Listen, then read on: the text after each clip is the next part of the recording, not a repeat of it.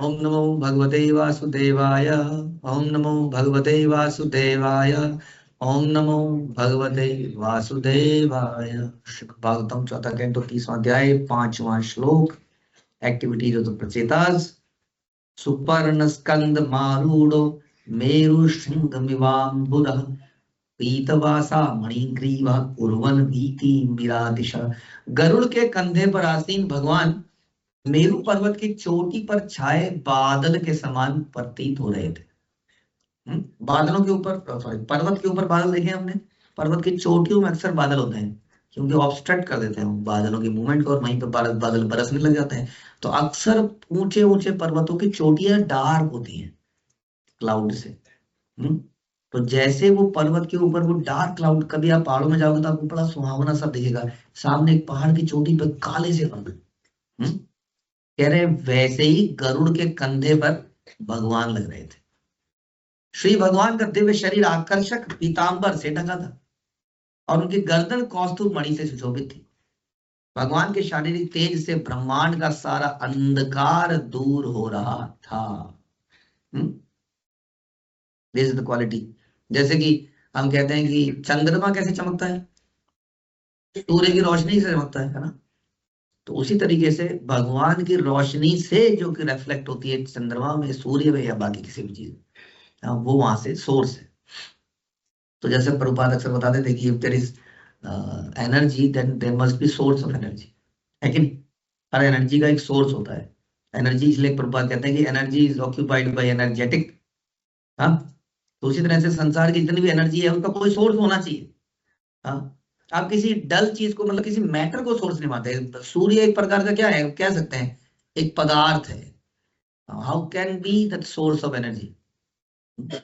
इस प्रकार से, जैसे कि चैतन्य चरितमृत में कहा गया कि सूर्य, कृष्ण सूर्य सम माया है अंधकार।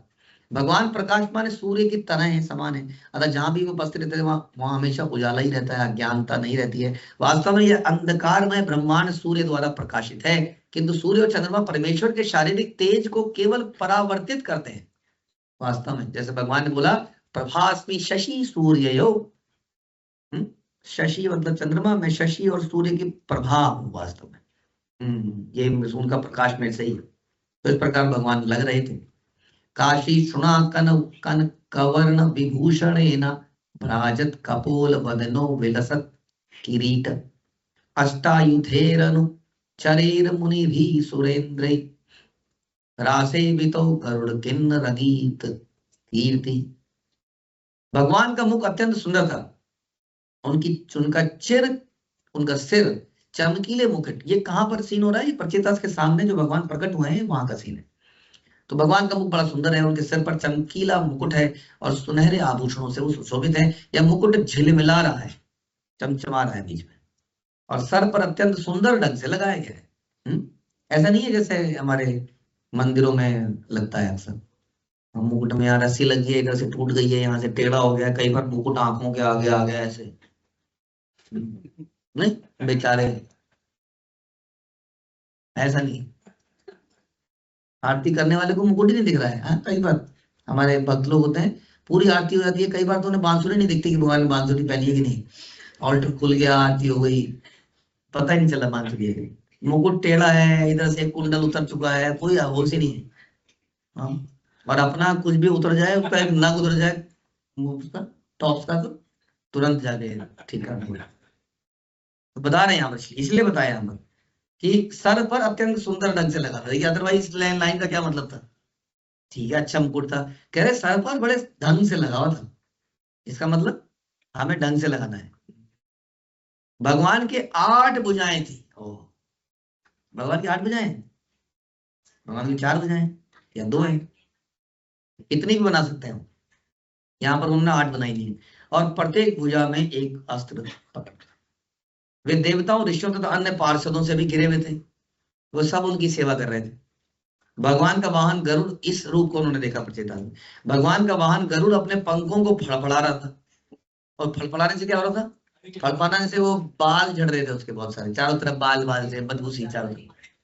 कबूतर छड़पड़ाता है जैसे, फड़फड़ फड़फड़ फड़फड़, कबूतर करता है ना ऐसे, भगाते हैं हम उसको, बाल बाल से करता है। यहाँ क्या हो रहा था? जब वो वाहन गरुड़ अपने पंखों को फड़फड़ा रहा था तो उसके अंदर से वैदिक स्रोत निकल रहे थे, उसकी आवाज ऐसे हो रही थी, इस प्रकार की साउंड वाइब्रेशन आ रही थी कि वैदिक स्रोत निकल रहे थे। बताइए, भगवान का वाहन।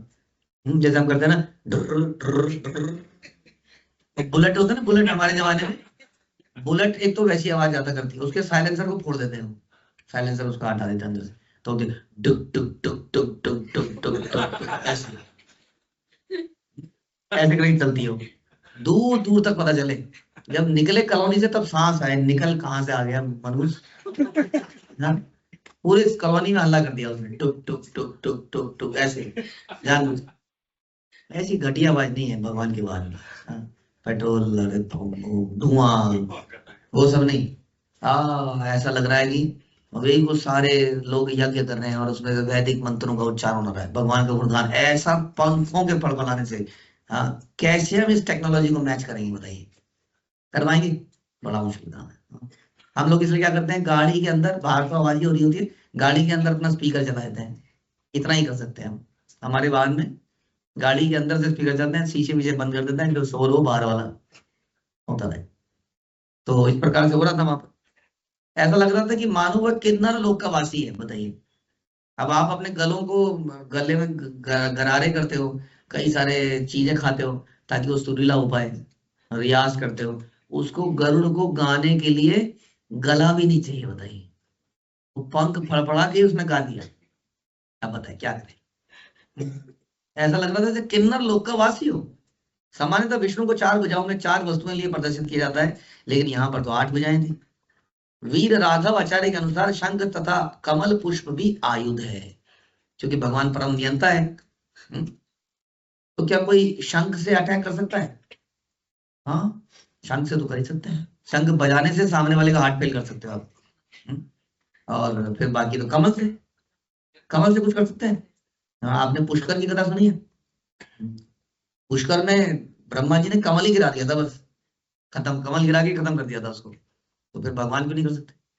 हम्म, तो ये भी आयुध है, क्योंकि भगवान परम नियंता है, तभी जो भी अपने हाथ में धारण करते हैं उसे आयुध माना जा सकता है। 4 हाथ 4 प्रकार के आयुध धारण किए करते हैं, और अन्य 4 हाथों में धनुष, बाण, त्रिशूल और सर्प धारण करते हैं। श्री वीर राघव आचार्य शंख, चक्र, गदा, पद्म, शांग्र, शर इत्यादि को 8 आयुध बताते हैं। राजा के साथ सदैव उनके मंत्री सचिव तो होते ही हैं, इसलिए जब भगवान होते हैं तो ऐसा कैसे हो सकता है कि भगवान के साथ भगवान के नौकर चाकर ना हो? और वो नौकर चाकर कौन है? देवता, ऋषि, साधु इत्यादि। तो कभी अकेले नहीं कैसे रह सकते हैं? अतः भगवान के निराकार होने का प्रश्न ही नहीं उठता। हाँ, अब निराकार हो तो देवता किसकी सेवा करेंगे? नहीं। अब देवता को अपने मालिक की सेवा करनी है कि नहीं? है, तो क्या सेवा करे वो मालिक की? कर पाएगा? तो मालिक जी कहाँ है? मैं आऊंगा, मैं आवाज हूँ, एक आवाज, मेरे को फॉलो करो, मेरे सामने यहाँ खाना रख दो, मैं अपने आप खा लूंगा। खाओगे कैसे लेकिन? मुंह होगा तभी तो खाओगे। हम्म? तो इस प्रकार इसलिए कह रहे हैं, निराकार होने का प्रश्न ही नहीं उठता। अब देखिए, सेवक अगर है तो स्वामी होना ही चाहिए, नहीं? अब कई सारे निराकारी गुरुओं ने अपने बहुत सारे शिष्य बनाए, अब उनके अंदर एक टेंडेंसी क्या है? सेवा करने की, जो प्रभुपाद ने बताया सबके अंदर है। अब भगवान तो लेकिन क्या है? निराकार है।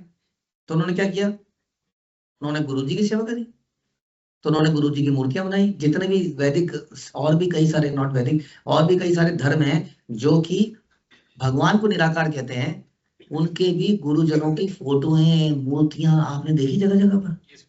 देखी? उनमें पूजा होते हुए देखी आपने? वो उनकी पूजा करते हैं, लेकिन भगवान को क्या करते हैं? तो ये सही टेंडेंसी नहीं है, यानी कि वो उस चीज को समझ नहीं पा रहे हैं कि जीवात्मा के अंदर, हर किसी के अंदर सेवा करने का अगर भाव है, अगर सेवक हम हैं नेचुरली, और हमारी इच्छा करती है कि अपने गुरु जी की पूजा करें, तो वो गुरु जी ये नहीं बता रहे कि परम भगवान की भी इसी प्रकार से पूरा पूजा करी जा सकती है। ये टेंडेंसी उनके अंदर तभी आ रही है, इसलिए उनके अंदर ये इच्छा आ रही है कि गुरु की तस्वीर लगाएं, गुरु की मूर्ति लगाएं। इसका मतलब भगवान की तस्वीर और भगवान की मूर्ति होनी ही चाहिए, तभी तो जीवात्मा की वो उस जिज्ञासा को या उस इच्छा को संतुष्टि मिलेगी कि वांट टू सर्व गुरु और कृष्ण। वहां पर वो मिसिंग है। तो इसलिए यहाँ पर सारे देवी देवता भगवान की आरतियां इत्यादि कर रहे थे। वे स्वयं तथा उनके सभी पार्षद भी व्यक्ति हैं, पार्षद भी व्यक्ति हैं। जब उनके पार्षद व्यक्ति हैं, जब उनके नौकर चाकर व्यक्ति हैं, तो वो व्यक्ति क्यों नहीं होंगे? इस श्लोक में दिए हुए वर्णन से पता चलता है कि गरुड़ किन्नर लोक का वासी था। किन्नर लोक के वासियों के स्वरूप भी गरुड़ जैसे होते हैं, उनके शरीर मनुष्य जैसे तो होते हैं, लेकिन उनके पंख भी होते हैं। इस प्रकार इस श्लोक के आधार पर हमें विदित होता है कि किन्नर लोक के वासी अपने पंखों को से उड़ सकते हैं। एक अन्य लोक भी है। हाँ, तो हमारे क्या है उसमें? पंख। बताइए, तो एक गाना था, पंख होते तो उड़ जाती मैं। एक जमाने में, बहुत पुराना गाना। पंख होते तो इंसान इच्छा करता है कि हमारे पंख होते, लेकिन पंख हमारे हो नहीं सकते हैं। पंख होंगे तो हम चिड़िया बन जाएंगे। कुछ ऐसा हो कि मनुष्य ही शरीर हो और इसमें पंख हो, ऐसा है। तो इंसान ने इस इमेजिनेशन को करते करते क्या बनाया? सुपरमैन। उन्होंने सुपरमैन बना दिया ऐसे कर। और उसके बाद स्पाइडरमैन का तो नहीं है, बैटमैन के है। तो बैटमैन, हाँ, बैटमैन के पंख लग गए। हाँ, और वो आदमी जैसा ही है, बस चेहरा उसका बैटमैन जैसा बना दिया, बैट जैसा, है ना। तो ये देखो, ये इंसान की इच्छाएं हैं, लेकिन ये इच्छाएं गलत नहीं है, क्योंकि ऐसा पॉसिबल है। लेकिन कहाँ पॉसिबल है? किन्नर लोग में। यहाँ पॉसिबल नहीं है। जहां पर वो सुपरमैन, अभी अभी न्यूज आई थी, 3 लड़कियां सुपरमैन बन रही थी, यहाँ वो छत से गिर के मर गई। आज वो है, कल वो है। अब आदमी सुपरमैन बन सकता है? उन्होंने कोई गेम वेम देखा होगा, गेम वाले ने कुछ बोला होगा, ऐसा कर लो, ऐसा कर लो, ये कर लो, वो कर लो, जैसा सुनते ही हम। पापा जी ने फोन वापस ले लिया। अब फोन के माध्यम से ही तो सुपरमैन बन सकती थी, जब बन रही थी। हाँ, लेकिन जब फोन वापस ले लिया तो उन्होंने कहा let's try try it out. तो उन्होंने जंप करी, तो क्या सुपरमैन वो उड़ा थोड़ी देर तक? थोड़ी देर तक उड़ पाया नहीं, थोड़ी देर तक वो उठा और सीधा नीचे गया। तीनों मर गए। बड़ी दुखद खबर है, देखा जाए। हम्म। तो इंसान के अंदर ये इच्छाएं तो हैं, लेकिन ये ऐसे पूरी नहीं हो सकती हैं। इसके लिए भी आपको कुछ स्पेशल करना पड़ेगा, ताकि उच्च लोगों में जा पाओ। वहां पर आपके पंख लग सकते हैं, और फिर हम उड़ भी सकते हैं। सोचिए कितना बढ़िया हो जाए, नहीं? कितना किराया बच जाए कहीं जाने का, नहीं? अब आपको जाना हुआ अवोलम। हाँ, अवोलम जाना मालूम कितना मुश्किल। एक तो वहां पहुंचने में खर्चा होता अलग है, फ्लाइट फ्लाइट का चक्कर होता, और फिर उसमें स्तंभ में चढ़ना तो बड़ा प्रॉब्लमेटिक है। और ऊपर खड़े होकर अगर आप, तो आप तो जैसे होता है ना, खून और बेहोश हो जाता है, वैसे उस स्तंभ के ऊपर आसपास देख के आदमी बेहोश होकर नीचे गिर जाएगा। हम्म? अब अगर हमारे पंख होते तो यहां से जाते सीधा स्तंभ के ऊपर ही टिकते जाते, और स्तंभ से गिर जाते तो उड़ने लग जाते। बढ़िया कि नहीं? लेकिन यहाँ बता रहे हैं कि एक सिद्ध लोग भी है, प्रभुपाद कह रहे हैं, किन्नर लोक में जाने की जरूरत नहीं है। कह रहे सिद्ध लोक के लोग तो पंखों के बिना भी हो सकते हैं। अब आपके पंख है माना, और आप वो what is that, Ram ji के उसमें कौन था वो? जटायु। आप जटायु हो, लेकिन रावण ने पंख काट दिया ना, फिर हो गया बेकार। अब आपका उड़ते उड़ते कुछ तो हो सकता है ना पंख में, कभी भी खतरा है कि नहीं? अब बिना पंख के उड़ना, बिना पंख के उड़ गए। वो कह रहे सिद्ध लोग के लोग बिना पंख के भी उड़ सकते हैं। बताइए, और हम कहाँ संतुष्ट हैं? तेरी जॉब कितने की लगी? 40,000 की। हाँ, आदमी का क्या लेवल आ चुका है यार। 40,000 या 40 लाख, वटेवर। वहां पंखों की, बिना पंखों में उड़ने की बात हो रही है। आप खुश हो कि आपने एयरबस 320 या ये बना लिया, डबल डेकर बना लिया, और फिर वो किस दिन क्रैश हो जाता है, फिर ये और वो। नहीं, कहाँ यहाँ बात आ रही है? बिना पंखों के उड़ने की बात है। तो इसलिए जरा अपनी इच्छाओं को और बढ़ाइए। वैसे हम कहते हैं इच्छाओं को खत्म कीजिए, लेकिन इसलिए कहते हैं खत्म कीजिए कि इन सब के ऊपर एक स्पिरिचुअल जगत भी है। इस सिद्ध लोक के व्यक्ति को भी मरना पड़ता है। Maybe they are going to the spiritual world, but ultimately they have to leave their body. हाँ, लेकिन उस स्पिरिचुअल जगत में तो इस प्रकार की कोई बॉडी ही नहीं है जिसको कभी नाश हो सके। उसके लिए इच्छा करने का सारा मैटर है। इस प्रकार पृथक पृथक लोगों में पृथक पृथक सुविधाएं हैं। यही भगवान की विविध सृष्टि का सौंदर्य है, जिसका एक लक्षण यहाँ पर हमने चर्चा किया। हरे कृष्ण। श्री प्रभुपाद की जय। ग्रंथ श्रीमद् भागवतम की जय।